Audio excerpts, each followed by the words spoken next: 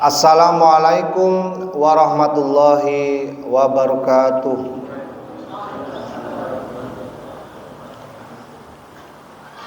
Innal hamdalillah nahmaduhu wa nasta'inuhu wa nastaghfiruh wa natubu ilaih. Wa na'udzu billahi min sururi anfusina wa min sayyiati a'malina. May yahdihillahu fala mudhillalah wa may yudlilhu fala hadiyalah. Asyhadu an la ilaha illallah wa asyhadu anna Muhammadan abduhu wa rasuluh, amma ba'd. Bapak Ibu sekalian, jamaah salat subuh Masjid Al-Ikhlas PT Garam yang berbahagia,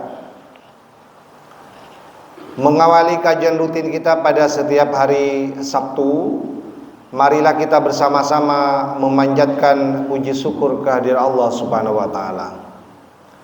Hingga pagi ini Allah masih memberikan banyak nikmat kepada kita. Nikmat sehat, alhamdulillah semua kita dalam kondisi sehat walafiat. Nikmat kesempatan, alhamdulillah walaupun kita capek karena bekerja keras, tetapi kita bisa bangun lebih awal daripada yang lain. Tidak semua orang bisa melakukan itu, Bapak Ibu. Jadi saya termasuk orang yang optimis ya. Dalam arti kita itu memulai kehidupan itu selalu di awal. Pada saat yang lain masih terlelap tidur, kita sudah bangun duluan. Sehingga optimisme itu penting dibangun. Mestinya kita ini lebih maju daripada yang lain. Kita lebih maju daripada umat yang lain. Kenapa? Karena pada saat yang lain masih tertidur lelap, kita sudah bangun duluan. Di sepertiga malam kita sudah bangun. Mestinya kondisi kita ini harus lebih baik, harus lebih maju daripada yang lain. Bapak Ibu sekalian, jamaah yang berbahagia, kita juga diberikan nikmat iman. Dengan keimanan itu kita bisa melangkahkan kaki bersama-sama ke masjid ini untuk membuktikan bahwa kita ini istiqomah menjalankan ibadah, memulai kehidupan kita sehari-hari dengan sujud dan ruku di hadapan Allah Subhanahu wa taala. Ini adalah awal yang sangat baik dan insya Allah akan mewarnai kehidupan kita dengan berbagai kebaikan-kebaikan. Kalau kita bisa mengawali hidup kita dengan sesuatu yang terbaik, jadi amalan kita yang kita lakukan pada pagi hari ini adalah amalan terbaik, bahkan lebih baik daripada dunia seisinya. Sholat sunnah qobliyah subuh itu keutamanya adalah lebih baik daripada dunia seisinya. Itu keutamaannya. Itu sesuatu yang terbaik. Makanya kita istiqomah melaksanakan itu. Mestinya sehari-hari kita itu diliputi dengan kebaikan-kebaikan. Jamaah yang berbahagia, semoga apa yang kita laksanakan pada pagi hari ini diterima oleh Allah sebagai amal ibadah, dan insya Allah akan menjadi salah satu bekal kelak ketika kita menghadap Allah Subhanahu wa taala. Salawat serta salam marilah kita juga sampaikan kepada junjungan kita Nabi Agung Muhammad SAW, kepada keluarganya, kepada para sahabatnya, dan juga kepada seluruh umatnya yang tetap setia memegang teguh ajarannya hingga akhir zaman nanti. Bapak Ibu sekalian, jamaah salat subuh yang dimuliakan Allah, tadi malam saya dihubungi oleh Ustadz Tonawi untuk mengisi kajian kita pada pagi hari ini. Kebetulan topiknya yang sifatnya umum ya. Mungkin karena latar belakang pendidikan saya saat ini umum, jadi kita akan berbicara hal yang umum, tetapi yang umum itu dekat dengan kehidupan kita, sehingga harapannya kita bisa langsung melaksanakannya karena sangat dekat dengan kehidupan kita. Jamaah yang berbahagia, pada bulan yang lalu saya diundang untuk memberikan semacam pandangan tentang kondisi kemiskinan di Sumeneb. Semuanya diundang, ya, dari tokoh-tokoh masyarakat, tokoh ormas, kemudian juga akademisi, ya, beberapa kepala desa, ya, diundang, dan dinas-dinas terkait. Mengapa, ya, kita yang setiap tahun anggaran untuk mengentaskan kemiskinan itu selalu naik, nggak pernah turun, naik terus, ya, dan angkanya fantastik, ya, miliaran, ya. Tetapi kita tidak mampu menurunkan angka kemiskinan itu. Seandainya turun pun cuma 0, sekian nol. Jadi nol, tidak beranjak dari angka itu. Nggak pernah turun. Bahkan kita ini angkanya tertinggi di Jawa Timur, termasuk ranking gitu loh. Ya, saya nggak perlu sebut rankingnya, takut kita malah pesimis, ya. Jamaah yang berbahagia, ini kondisi kita, ya, pada hari ini. Betapa walaupun kita ini sudah berikhtiar untuk menurunkan angka kemiskinan, tetapi belum signifikan, ya, belum benar-benar turun. Bapak Ibu sekalian jamaah yang berbahagia, oleh karena itu dievaluasi apa yang keliru dari program pengentasan kemiskinan kita itu. Dicari mulai dari sesuatu yang sangat mendasar. Misalnya pandangan kita tentang kemiskinan ternyata itu berbeda-beda, Bapak Ibu. Berbeda-beda. Belum lagi ditanya data yang mau digunakan, data yang mana? Data BPS, ya, yang rajin survei-survei itu, data dari dinas sosial, ya, atau dari data dinas pertanian punya data juga. Yang mana yang mau digunakan untuk mengentaskan kemiskinan ini? Itu berbeda-beda. Makanya sengkarut marutnya usaha kita untuk menurunkan angka kemiskinan itu, ya, menjadi sesuatu yang menarik untuk didiskusikan. Bapak Ibu sekalian jamaah yang berbahagia, jadi kalau berbicara kemiskinan, ya, saya sampaikan di sini apa yang ada di pikiran kita. Pengertian kemiskinan itu apa, Bapak Ibu? Sebelum kita masuk menurut Islam bagaimana? Disebut miskin itu bagaimana, Bapak Ibu? Silahkan berpendapat. Disebut orang itu miskin itu kondisinya bagaimana? Ini pertanyaan yang mendasar yang setiap orang bisa berbeda loh. Gimana kita mau memulai bekerja keras, berikhtiar untuk mengentaskan kemiskinan, sementara kita ini belum sepakat, belum ada, ya, kesepahaman tentang pengertian dari kemiskinan itu. Jamaah yang berbahagia, oleh karena itu menjadi sangat penting kita mendengarkan perbincangan sahabat bernama Abu Dzar Al-Ghifari ketika ditanya oleh Rasulullah tentang kemiskinan itu, ya.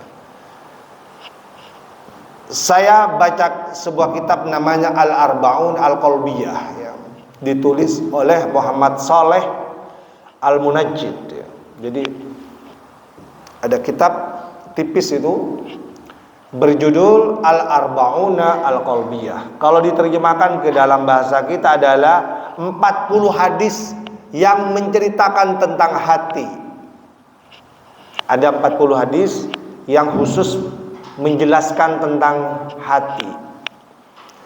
Saya temukan satu hadis yang sangat luar biasa, mampu menjelaskan kemiskinan dalam pengertian yang lebih berkemajuan, ya. Karena selama ini kita memahami kemiskinan itu sebatas secara ekonomi, ya. Jujur saja kita pahami, ya. Jadi kalau ditanya kepada setiap orang apa itu kemiskinan, pasti yang dipahami itu secara ekonomi saja. Misalnya kondisi di mana orang itu tidak mampu memenuhi kebutuhan dasar, itu secara ekonomi. Jadi ketika ada orang tidak mampu memenuhi kebutuhan dasarnya, makan, ya, pakaian, kemudian tempat tinggal, itu disebut miskin secara ekonomi. Itu pengertian konvensional, umum, sudah orang tahu semua itu. Walaupun ditanya kepada orang yang kurang berpendidikan, pasti di pikirannya adalah miskin secara ekonomi. Nggak punya uang, dompetnya kosong, nggak punya saldo di rekeningnya, itu miskin. Coba saja tanya sama orang yang tidak kenal bangku sekolah, bangku kuliah, pasti pikirannya itu. Apakah itu betul, Ustaz? Betul, sudah itu. Itu pengertian kemiskinan secara konvensional. Dan itu yang dipahami banyak orang, termasuk kita yang ada di Sumeneb. Nah, Rasulullah itu ingin menjelaskan yang lain. Di samping kita memahaminya kemiskinan dalam artinya secara ekonomi, Rasulullah itu ingin memberikan pengertian yang lain yang bisa melengkapi pengertian ini.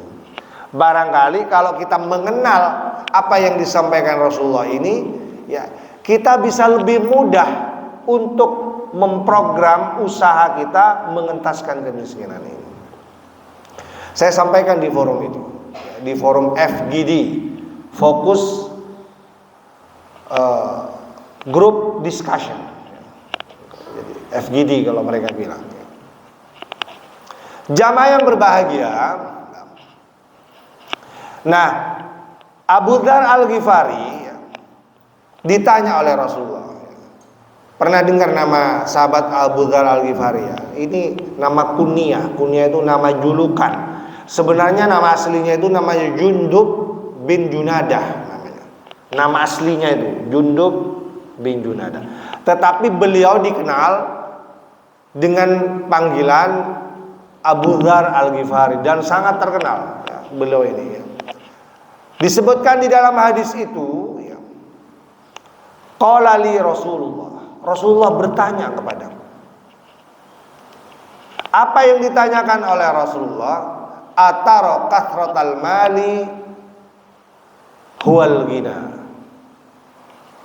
Apakah menurut kamu orang kaya itu adalah orang yang banyak hartanya?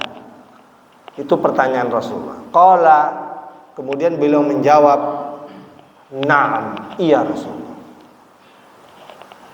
Saya ulangi sekali lagi, Rasulullah bertanya kepada Abu Dzar, ataro kathratal mali huwal ghina. Apakah menurut kamu Abu Dzar Al-Ghifari, orang kaya itu adalah orang yang kathratal mal, yang memiliki banyak harta, secara ekonomi banyak uangnya, punya rumah bagus, punya kendaraan bagus, berasnya banyak di gudangnya, makanannya banyak di kulkasnya. Apakah itu orang kaya? Beliau menjawab, na'am, iya Rasulullah. Ini pengertian secara ekonomi. Saya yakin pikiran Abu Dzar Al-Ghifari itu mirip dengan kita. Kalau ditanya kepada kita yang hidup sekarang, jawabannya benar nggak? Benar, ya kan? Saya yakin kalau ditanya mendadak tentang siapa orang kaya, saya yakin jawabannya mirip dengan yang disampaikan oleh Abu Dzar Al-Ghifari. Jadi kalau sekarang dilihat dompetnya banyak isinya, ya itu berarti dia tajir itu katanya anak muda sekarang. Jadi orang kaya itu ya punya uang. Ya. Kemudian pertanyaan berikutnya, beliau mengatakan, ataro qillatal mali huwal faqru. Apakah menurut kamu orang yang miskin itu adalah yang sedikit hartanya? Qillatal mal, qalil, sedikit harta. Qala, kemudian dia menjawab lagi, na'am ya Rasulullah. Benar ya Rasulullah. Nah, ini pengertian kemiskinan secara ekonomi, seperti yang saya sampaikan tadi. Saya kira juga sama. Kalau ditanya kepada kita yang hidup di zaman sekarang, ya, tentang siapa itu orang miskin, saya yakin jawabannya mirip seperti yang disampaikan oleh Abu Dzar Al-Ghifari. Menurut Bapak Ibu benar nggak? Orang miskin itu orang yang sedikit hartanya. Dilihat dompetnya isinya 10.000. paling banyak 50.000, ya kan? Misalnya rumahnya misalnya gedek misalnya, itu kan yang sering masuk di data BPS kan gitu. Jamaah yang berbahagia itu tidak keliru, karena itu memang pengertian secara ekonomi. Tetapi Rasulullah ingin memberikan jawaban yang sedikit berbeda, dan ini diharapkan bisa melengkapi pemahaman kita tentang siapa yang kaya, siapa yang miskin, supaya kita tidak keliru. Dan menurut saya jawaban Rasulullah ini adalah teori yang modern, walaupun disampaikan berabad-abad lamanya, tetapi kalau kita pikirkan, kita kembangkan dalam perspektif ilmu ekonomi, ini menurut saya pandangan ini lebih berkemajuan daripada yang umum kita pahami tadi itu. Apa jawaban Rasulullah? Rasulullah mencoba meluruskan pemahaman orang pada umumnya pada waktu itu. Kenapa orang pada umumnya memahami orang kaya itu hanya yang punya banyak uang, punya banyak harta? Kenapa orang yang banyak orang memahami orang miskin itu orang yang nggak punya uang? Itu dicoba diluruskan oleh Rasulullah dengan sabdanya. Apa jawaban Rasulullah setelah itu? Innamal ghina ghinal qalbi. Sesungguhnya hakikat orang yang kaya itu adalah orang yang kaya hatinya. Dan sebaliknya, ya. Wal fakru fakrul qalbi. Orang yang miskin itu, yang fakir itu sebenarnya adalah orang yang miskin hatinya. Jamaah yang berbahagia, sanggahan Rasulullah, ya, tambahan jawaban dari Rasulullah ini memberikan petunjuk kepada kita, ya, bahwa ternyata orang kaya, orang miskin itu tidak cukup dipahami secara ekonomi. Ada tambahannya. Apa itu tambahannya? Perlu dipahami bahwa orang kaya, orang miskin itu, ya, jangan cuma diukur dengan ukuran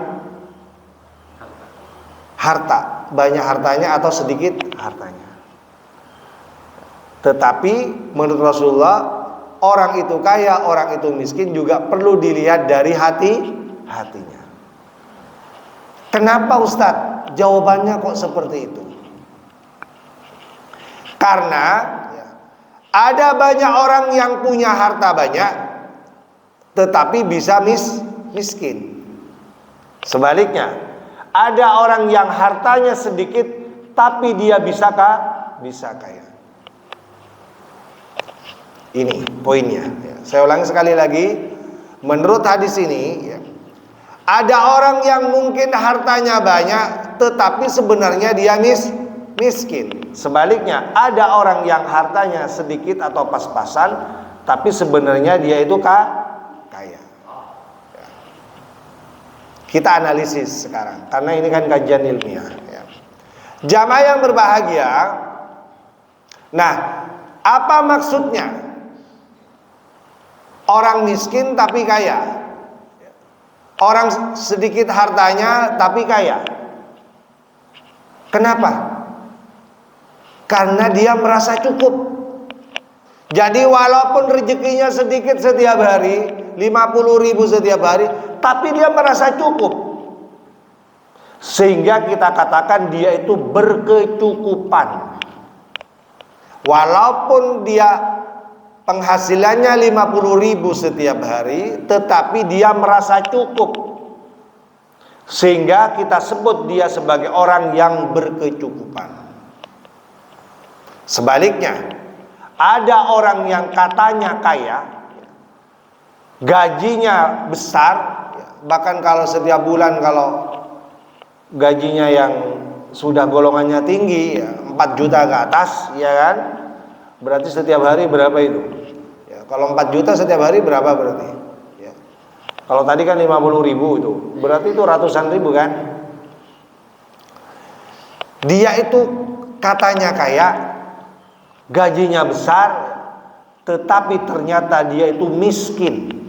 Kok bisa miskin, Ustadz? Kenapa? Karena dia selalu merasa kurang.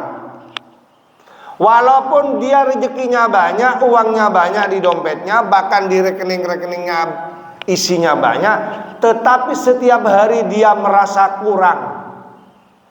Karena merasa kurang, maka kita sebut dia sebagai orang yang kekurangan. Orang yang kekurangan itu kaya atau miskin, Bapak Ibu?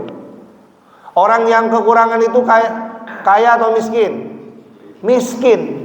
Orang yang selalu merasa kekurangan itu sebenarnya miskin. Inilah hakikat daripada kemiskinan itu.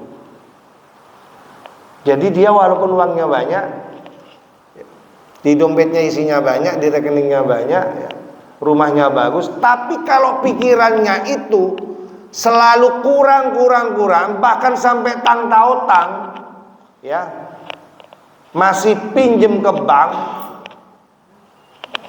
maka sebenarnya dia itu adalah orang yang kekurangan. Dan orang kekurangan itu kalau ditanya kepada semua kita ini, dia itu miskin. Kenapa? Karena kekurangan. Orang kaya itu enggak kekurangan, selalu cukup. Jamaah yang berbahagia. Nah, kembali kepada kondisi kita pada hari ini. Kok bisa ya Ustadz, orang kaya itu kok kekurangan? Apa jawabannya? Orang kaya tapi merasa kekurangan. Kenapa itu? Sudah banyak uangnya, ya, banyak hartanya, rumahnya bagus, tetapi kok masih merasa kekurangan. Kenapa Bapak Ibu? Kenapa? Hatinya miskin. Gimana Pak? Kurang bersyukur. Tak berkat. Jamaah yang berbahagia, kalau kita amati ya, walaupun dia punya banyak uang, tetapi merasa kurang ya, sampai lembur ya, setiap hari dari pagi sampai sore, bahkan malam lembur ya, mencari uang sebanyak-banyaknya, tapi kenapa kok selalu kurang ya? Karena yang dia cari itu sebenarnya apa? Dia bukan untuk memenuhi kebutuhannya sebenarnya, tetapi dia ingin memenuhi gaya hidupnya ya. Kalau katanya muda saya, yang dia ingin penuhi itu gaya hidup, bukan kebutuhan hidup. Bukan. Jadi sebenarnya setiap hari dia berjuang mencari banyak uang itu, nggak pernah puas dengan rezeki yang dia peroleh itu sedang memperjuangkan gaya hidupnya dia, bukan kebutuhannya. Sekarang kita buktikan Bapak Ibu. Ibu-ibu kalau pergi ke undangan ya, bawa tas ya. Bawa. Isinya apa Ibu? Plastik. Uang banyak, uang banyak. Uangnya banyak. Ya. Tidak apa-apa, saya langsung saja konkret kepada apa yang sering kita bawa ya. Baik Ibu, saya tanya kepada ibu-ibu sekarang, itu dompet ya, tas yang dibawa ke undangan itu harganya berapa Ibu? 100.000 dapat? Dapat. Ada tas yang harganya 100.000 layak dibawa ke undangan, ada kan? Ada. Bahkan di bawah yang 100 masih ada. Ada, iya kan? Jadi untuk memenuhi kebutuhan kita pergi ke undangan, bawa tas itu ada yang harganya 100.000. Bahkan mau cari di bawah 100.000 itu ada loh Bapak Ibu. Coba cari di Shopee itu, pesen ya. Apalagi jam 12 malam itu kan banyak yang murah-murah itu. Ya kan? Ada itu teman saya kalau mau beli murah di Shopee itu jam 12 malam ke atas tuh banyak harga-harga murah itu. Ya. Tas-tas yang katanya ekspor itu ya, itu harganya murah, 100.000 dapat. Isinya apa Ibu? Kalau misalnya bawa tas ke undangan, isinya itu apa itu? Uang. Apa? HP, apa lagi? Tisu. Ya kan? Nah Ibu yang lebih paham itu ya. Jadi di dalam tas itu isinya itu uang, ada amplopnya Bu ya kan, mau ke undangan, ya kan. Kemudian isinya tisu, ya kan. Apa lagi?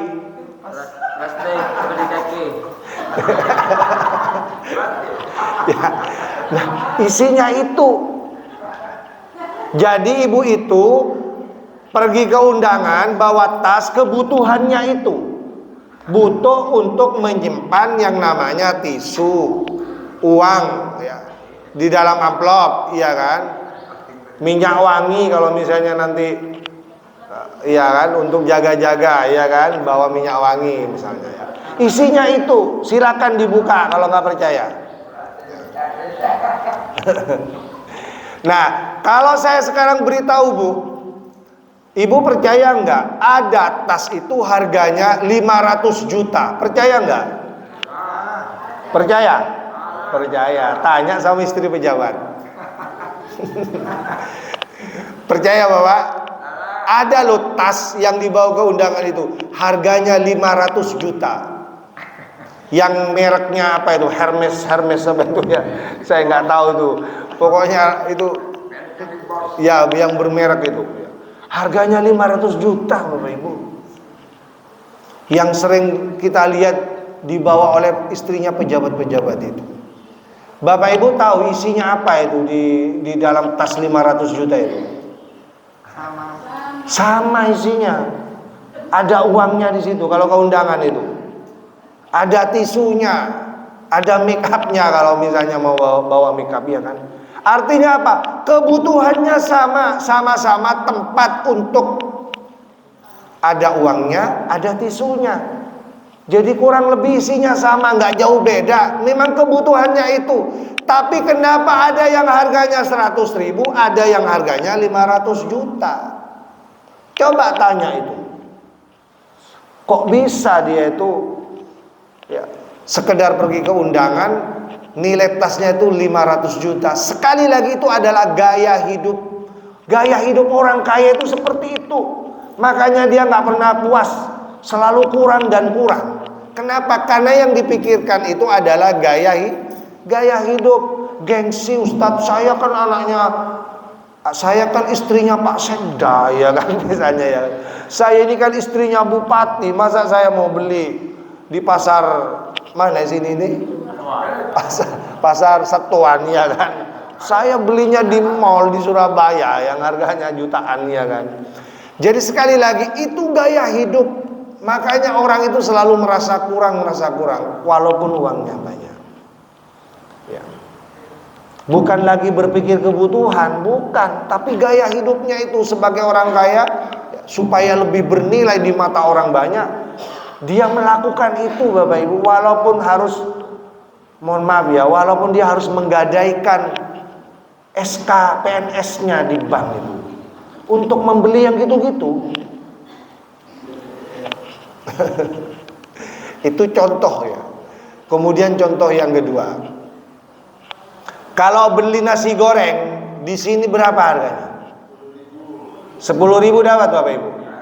Dapat. 11 sekarang. Oh iya, 11.000. Jadi kalau kita butuh makan nasi goreng, tinggal beli saja di sini kepada saudara-saudara kita yang jualan di pinggir jalan.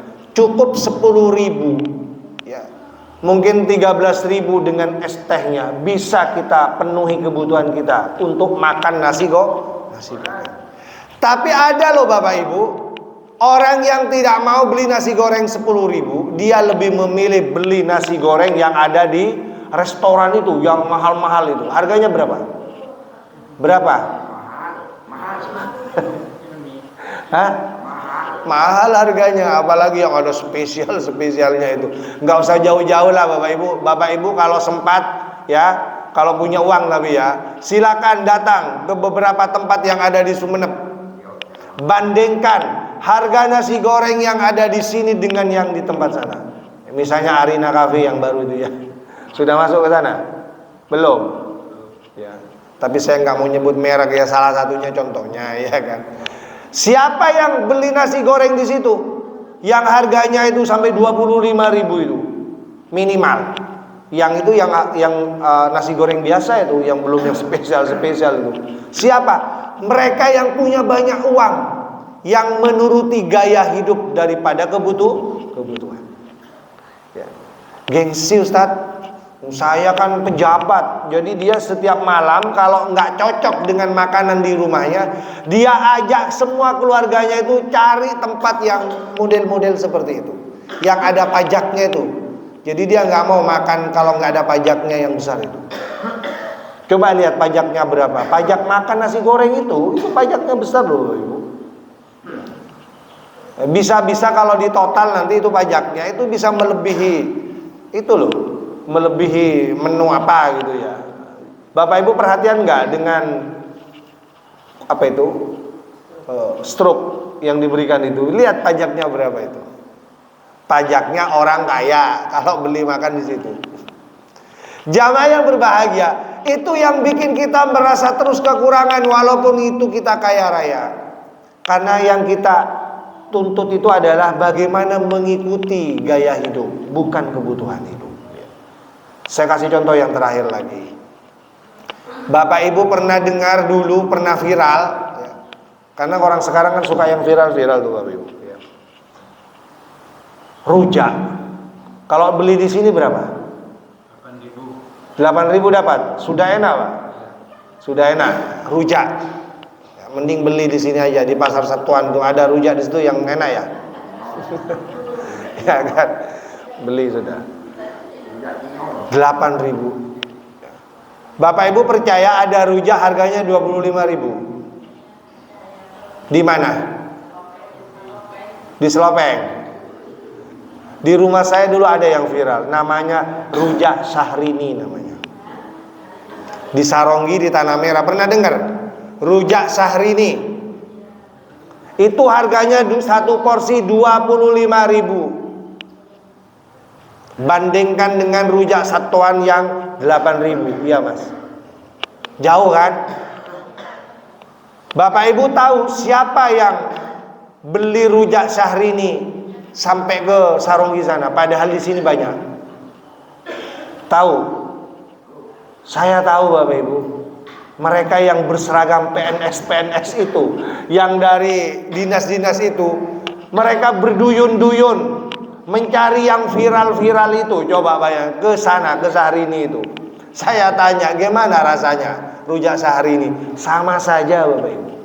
Rasanya sama saja, malah ada yang bilang, sama aja nggak enak, cuman menang brand saja, brandingnya yang menang. Rujak Syahrini, memang itu orang yang jual mirip Syahrini, mirip, cuman mirip tapi nggak sama ya. Nah itu bikin semua orang penasaran, sampai pejabat-pejabat sekelas dinas-dinas itu, yang pejabat-pejabat dinas itu datang ke sana penasaran, kayak apa sih rujak Syahrini itu, jauh-jauh menyempatkan waktunya ke sana itu.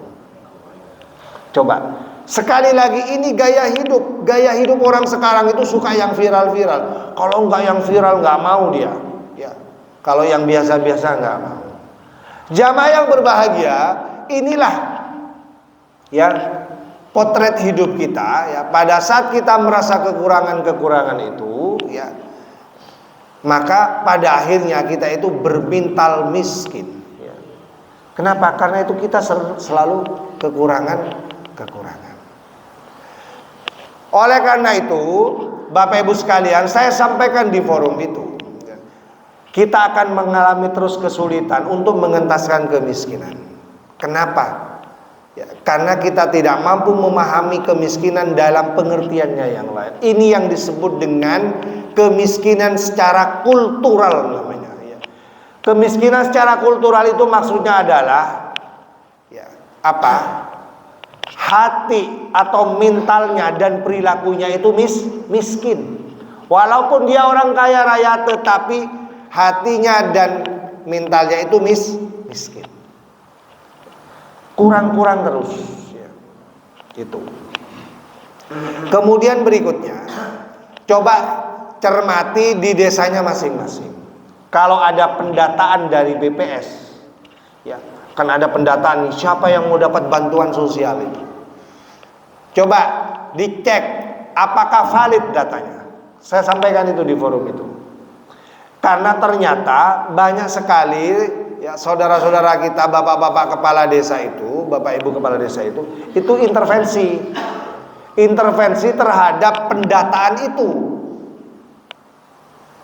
Alasannya pemerataan tina mulai pada oleh data lah juga kepir ya. Ada loh satu keluarga itu dapat bantuan semua itu Bapak Ibu. Mantunya walaupun sudah punya itu didata semua. Alasannya apa? Mulai pada oleh mata atau karang. Makanya banyak yang tidak tepat sasaran bantuan itu. Ya. Kenapa? Karena kepala desa atau aparat desa itu intervensi. Itu Mas Fauzi sendiri yang bilang pada waktu itu. Saya nggak mau itu ada intervensi begitu. Ya. Sehingga kemudian yang tidak layak didata untuk mendapatkan bantuan ternyata dapat bantuan. Ya kan alasan yang begitu. Alasan pendukungnya lagi. Waktu jadi kepala desa pendukung didata juga, iya kan? Bener nggak? Itu. Nah, semakin banyak yang didata untuk mendapatkan bantuan, kepala desa itu senang. Bantuannya semakin banyak ke desanya itu. Itu yang bikin kita tidak turun-turun angkanya itu. Nah, ini yang disebut dengan kemiskinan secara kultural. Bahkan ada dibilang juga secara struktural, ya kan? Kenapa? Karena ya hati, pikiran dan perilakunya miskin. Walaupun dia kaya, tetapi dia mentalnya masih mau minta-minta. Dia itu. Walaupun dia sebenarnya uangnya banyak, tapi dia mentalnya masih pengen minta bantuan itu loh. Ya. Padahal dia itu punya, ya kan? Mestinya kan dia malu untuk didata sebagai orang miskin. Oh, dia itu orang punya kok. Tapi karena mental miskin, mental meminta-minta, tetap masuk di data itu. Yang ironis lagi Bapak Ibu sekalian, ada sebaliknya orang yang miskin, ya tidak masuk data. Ada enggak? Ada. Di desa saya itu ada beberapa. Mestinya dia dapat bantuan di data, ternyata dia enggak masuk data. Ya. Apalagi datanya nggak diperbaharui, data lama yang dipakai terus. Ada loh yang sudah meninggal itu masih datanya ada itu, nggak dirubah itu, belum diupdate gitu. Jamaah yang berbahagia, ini pemahaman Rasulullah ya, tentang siapa yang kaya, siapa yang miskin. Barangkali ini bisa melengkapi pemahaman kita tentang siapa yang kaya, siapa yang miskin, ya. Secara ekonomi. Oleh karena itu, di dalam pengajian pada pagi hari ini saya tidak mulu-mulu. Minimal mulai pagi ini kita sudah paham. Kalau ingin jadi kaya, ya, maka katanya Bapak tadi, ya, harus menjadi orang yang bersyukur, merasa cukup dengan apapun yang diberikan oleh Allah. Walaupun diberi rezeki 50.000 setiap hari, tapi kita merasa cukup sehingga kita berkecukupan. Dengan seperti itulah kita ini akan menjadi yang bersyukur. Orang yang beriman itu ajaib Bapak Ibu. Ajaban lil mu'min, seorang mukmin itu ajaib. Di mana letak ajaibnya? Idza asobathu sarra, apabila dia mendapatkan kesenangan, rezeki, ya, syakar, dia itu bersyukur. Itu orang mukmin. Orang mukmin itu kalau dapat kebaikan, dapat rezeki, dapat kesenangan, syakar, dia bersyukur. Sebaliknya, wa idza asobathu dharra, apabila dia mendapatkan kesulitan, termasuk kesulitan ekonomi, ya, rezekinya mungkin seret, ya, sobar, dia itu bersabar. Tetap dia merasa cukup, ya. Tidak berbuat hal-hal yang dilarang, ya. Tetap bersabar, dia menjalani itu. Itulah keajaiban seorang mukmin. Jadi seorang mukmin itu, apakah mau dapat rezeki banyak atau sedikit, itu sama saja, ya. Tetap dapat pahala dia. Dapat rezeki banyak bersyukur dapat pahala, dapat rezeki sedikit bersabar juga dapat pahala. Sehari-harinya tidak pernah putus dengan pahala-pahala. Dia tidak akan melakukan hal-hal yang dilarang gara-gara rezekinya sedikit. Jamaah yang berbahagia, nah ini Kemudian yang terakhir sebelum ditutup, ya. Allah memberikan kita rezeki yang berbeda-beda itu ada hikmahnya Bapak Ibu, ya. Ada hikmahnya. Jangan pernah suudzon kepada apapun yang ditakdirkan oleh Allah, ya. Tapi saya kok dapat sedikit terus Ustaz, ya. Tapi saya sudah berusaha bersabar, alhamdulillah, ya, tetap cukup dan saya tidak melakukan hal-hal yang dilarang, ya kan? Mungkin seperti itu Bapak Ibu caranya Allah menjaga iman kita, ya. Khawatir justru kalau diberi banyak justru nanti Bapak Ibu nggak bersyukur, ya kan? Makanya Bapak Ibu itu kalau diberi rezeki pas-pasan, ya, kemudian disyukuri, tetap bersabar, tetap terjaga imannya, tetap rajin ke masjid, ya, tetap rajin sholat, tetap rajin berdoa, semakin dekat dengan Allah. Khawatir kalau diberi rezeki banyak nanti sudah lupa ke masjid, lupa ke pengajian, ya kan? Sibuk jalan-jalan sama keluarganya karena uangnya banyak, ya kan? Gitu. Makanya disebutkan dalam sebuah ayat sebelum kita akhiri, ya, wa minhum man ahadallah. Di antara mereka itu ada yang berjanji kepada Allah. Apa janjinya? Wala in atana min fadlihi lanasadaqanna walanaj'alanna minas solihin. Jadi di antara mereka itu ada yang berjanji kepada Allah. Apa janjinya? Seandainya kami ini diberikan rezeki, diberikan keutamaan, apa janjinya? Lanasadaqanna, kami akan banyak bersedekah, walanaj'alanna minas solihin, dan kami akan menjadi orang-orang yang soleh. Kami akan rajin ibadah, akan rajin ke masjid, akan rajin ke pengajian. Itu janji sebelum dapat rezeki. Jadi orang kalau belum dapat rezeki, belum jadi orang kaya, pasti janjinya seperti itu Bapak Ibu. Engkau deki menoleh rezeki banyak, enjak kok tak kira bejo. Pakun kok ke masjid, pakun kok ke pengajian. Iya kan?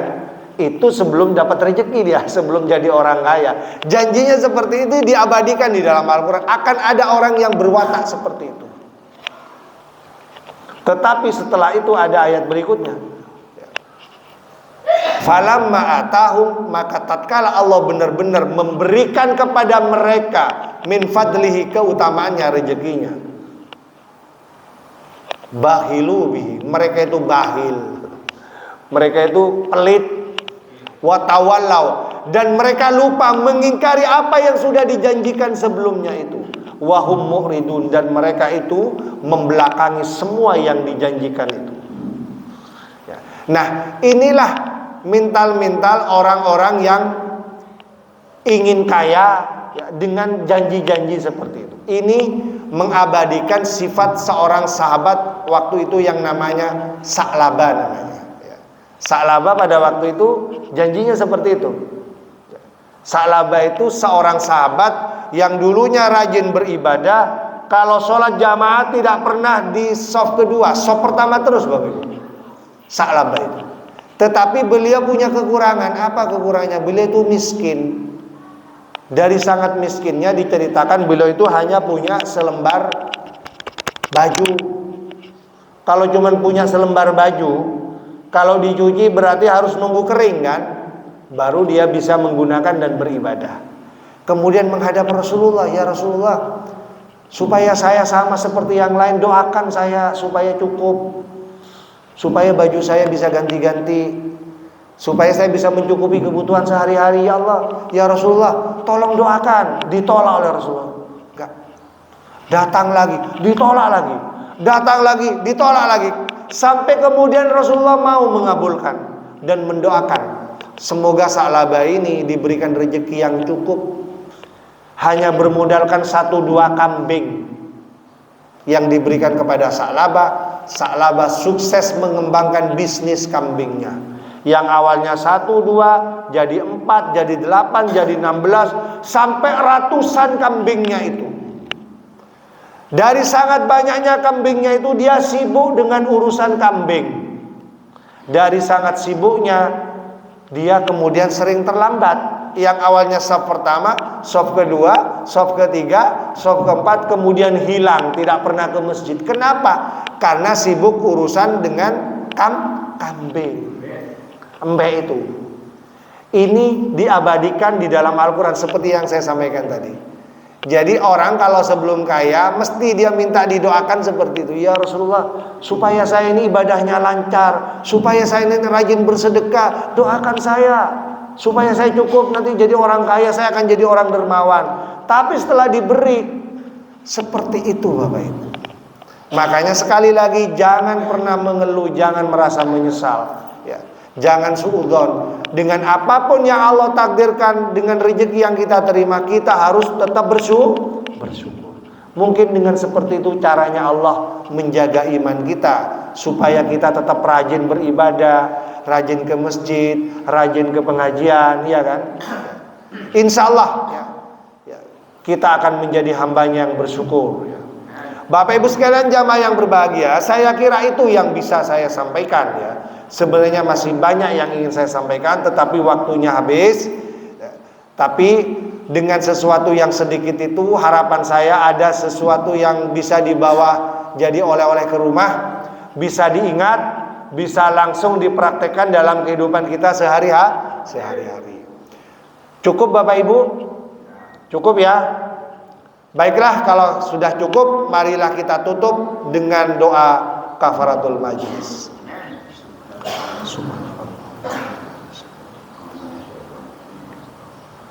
Assalamualaikum warahmatullahi wabarakatuh. Waalaikumsalam warahmatullahi wabarakatuh.